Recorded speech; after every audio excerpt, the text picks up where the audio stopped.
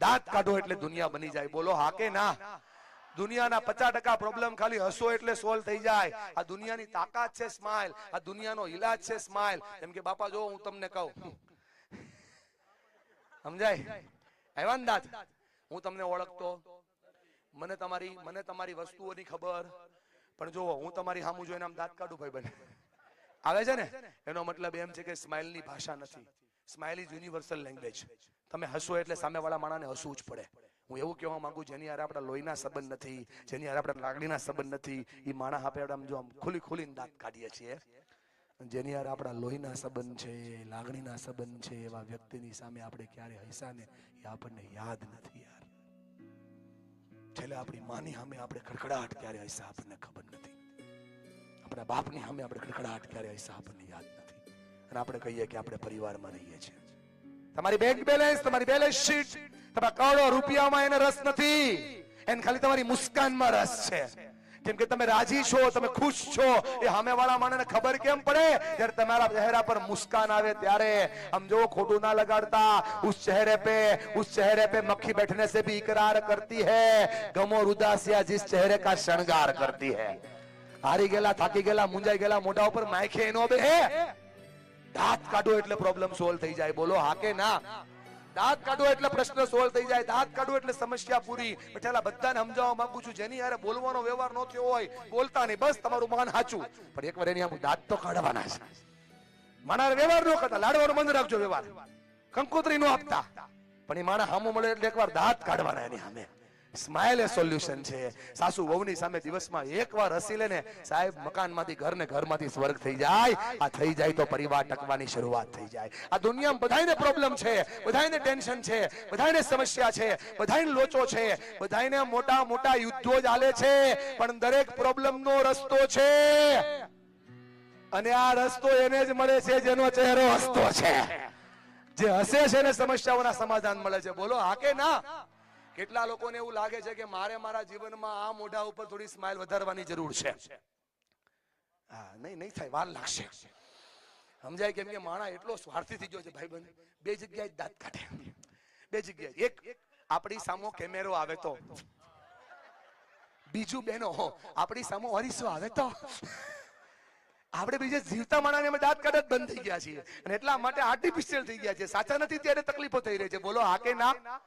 Hello, Ram કહેવાનું, Ram. Hello, ધન્યવાદ. જેટલા લોકો સાંભળી રહ્યા છે સમજાવવા માંગુ છું, સાહેબ આમ મારી છે ને ટ્રેનિંગો થાય બધી કંપનીઓમાં, બધી કોર્પોરેટોમાં, બેંકોમાં, બધી જગ્યાઓ પર. હા, અને હા ભાઈ બંધ શું છે ભાઈ બંધ?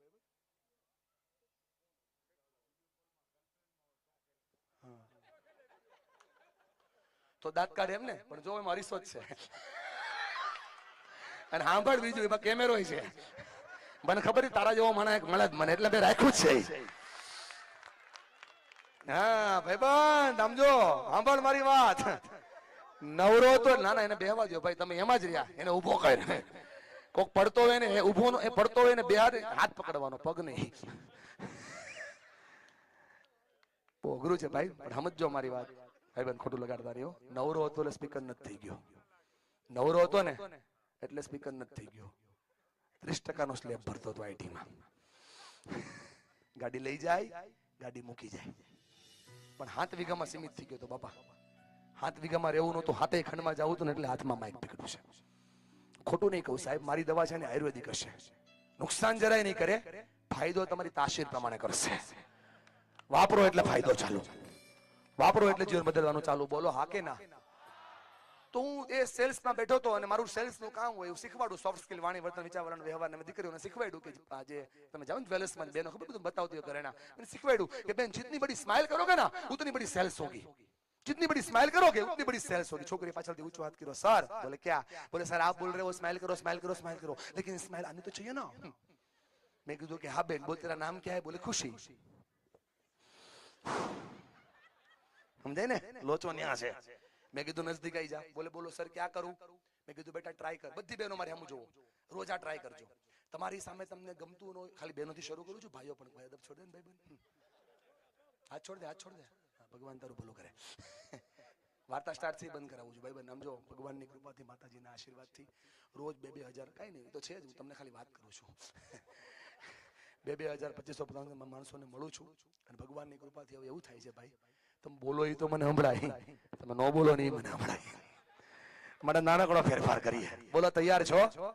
મેં કીધું કે બેટા એક કામ કર. બોલે ક્યાં કરું સર? 15 દિવસ ટ્રાય કર. બોલે ક્યાં કરું? બોલો ટ્રાય કરો. બોલો થોડું ખુલ્લું કરો મોઢું. કરો ખરા એકવાર. हाँ 15 दिन પછી હું ગયો તો ગેટ ની બહાર ઊભી હતી ખુશી. મેં કીધું બોલો બેટા क्या हुआ? बोले सर आपके लिए चॉकलेट. मैं कहा लाओ बेटा क्यों चॉकलेट लाई? बोले सर मैजिक हो गया, मिरेकल हो गया, जादू हो गया. मैं कहा थયું શું? बोले सर आर्टिफिशियल स्माइल करते करते रियल कब हो गई पता ही नहीं चला. માટે મારી બધી જ બહેનોને કહું છું વહુઓને સાસુની સાબુ ખોટા ખોટા પણ ચાલુ કરો. અને દાદીઓ માને કહું છું કે જૂનું મૂકો અને તમે પણ ધીમું ધીમું ધીમું ચાલુ કરો. તમને ખબર મારા પ્રોગ્રામમાં સૌથી વધારે આમ બધું જૂનું યાદ કોને આવે? જેની ઉંમર 55 વર્ષથી મોટી છે ને ઈ બાને. ઈ બા બધી પ્રોબ્લેમમાં છે. મારું મોઢું જોઈને આમ કે એ છોકરા તું આવ્યો થારું કર્યું. ઈ બહુ રાજી થાય. હું કામ ખબર? કેમ કે ઈ બા જ્યારે વહુ હતી ને તે હાઉનો યુગ હાલતો હતો અને હવે ઈ જ્યારે હાહુ બની તો વહુ નો હાલે.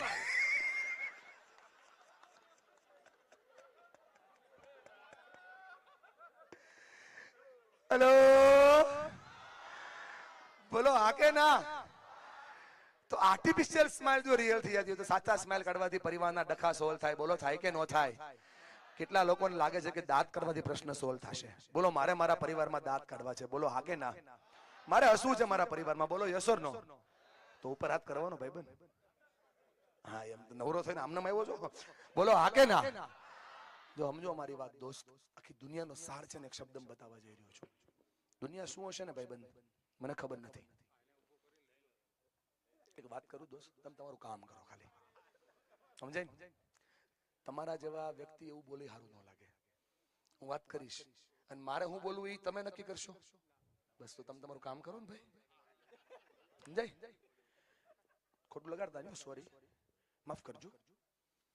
અત્યારે જે થઈ રહ્યું છે ને એ જ સમાજના પોઝિટિવ લોકોને નેગેટિવ કરી રહ્યા છે. અઘરું છે. સો દેડકાએ બહારની દુનિયા જોઈ ન તુબાખા લગાવે. હા સમુદ્ર છે આ ડોલ છે ભાઈ, ડોલ. બહાર નીકળતો ખબર પડે કે દુનિયા કેટલી મોટી છે. જ્યારે આપણે કોઈના પર હસીએ છીએ ને ત્યારે આપણે બે ભૂલ કરીએ છીએ ભાઈબંધ. એક ભૂલ એ કરી કે આપણે એને દૂરથી જોયો, એના કોન્ફિડન્સ, ક્લેરિટી અને આત્મવિશ્વાસ, એના અંદરની મહત્વકાંક્ષાની આપણને ખબર નથી. અને બીજી ભૂલ એ કરી કે આપણે એને ગુરુરથી જોયો, આપણે હું છે આપણે ભૂલી ગયા.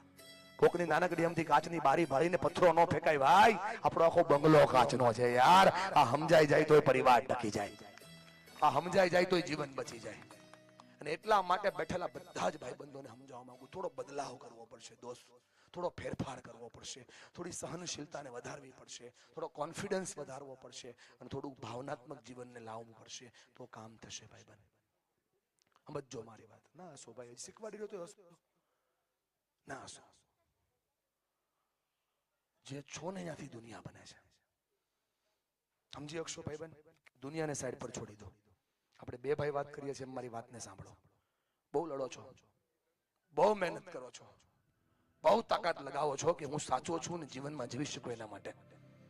દુનિયા તમારા માટે હું છે ને ભાઈબંધ એ ભૂલી જાઓ. દુનિયા તમને શું કહી રહી છે ને એને પણ યાદ ન કરો. દુનિયા તમારા માટે શું કરી શકે છે એની પણ ચિંતા ન કરો. કેમ કે દુનિયા તમારા માટે અને તમે દુનિયા માટે હું છો એની મને ખબર નથી. પણ એક વ્યક્તિ એવી છે કે જેના માટે તમે આખી દુનિયા છો. ઈ રાહ જોવે છે કે હમણાં મારો બાપ આવશે ને તો મુસ્કુરાતો મુસ્કુરાતો આવશે. હમણાં મારો દીકરો આવશે તો દાંત કાઢતો કાઢતો આવશે. હમણાં મારો પતિ આવશે તો મુસ્કુરાતો મુસ્કુરાતો આવશે. હમણાં મારો ભાઈ આવશે ને તો હસતો હસતો આવશે. અને જયારે ઈ ઘરે આપણે મુંજાયેલા મોઢે જઈએ છીએ ને ભાઈબંધ, ત્યારે આખો પરિવાર થાકી જાય છે.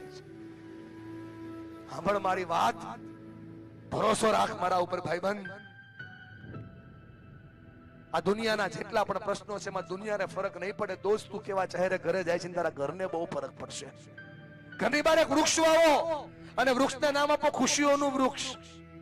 બધા દુઃખો, બધા પ્રોબ્લેમ ત્યાં ટાંગી દો અને દાંત કાઢતા કાઢતા ઘરે જાઓ. તમારા ઘરની બહાર વૃક્ષ વાવો, ઘરના બધા પ્રોબ્લેમ, બધી ચિંતા, બધી સમસ્યાઓને ટાંગી દો. અને દાંત કાઢતા કાઢતા કંપનીએ જાઓ, કેમ કે તમારી બાને, તમારા દાદાને, તમારા પપ્પાને તમારી બેલેન્સમાં રસ નથી, તમારા હસતા ચહેરામાં રસ છે. ધંધામાં પ્રોબ્લેમ આવ્યો, ખેતીમાં પ્રોબ્લેમ આવ્યો, ભાતીગતમાં પ્રોબ્લેમ આવ્યો, તમે ઇન્વેસ્ટ કર્યું તો એમાં તમે હારી ગયા, એ તમારો પ્રશ્ન છે. તમારા માતા પિતા, તમારા પરિવાર, તમારા બાળ બચ્ચા, તમારી પત્નીનો નહીં. એની સામે મુસ્કુરાતા જાઓ સાહેબ. જે વ્યક્તિ પોતાના પરિવાર સામે હસે છે, ઈશ્વર એની સામે હસે છે યાર. હસતા હસતા પરિવારોના સમાધાન થાય છે.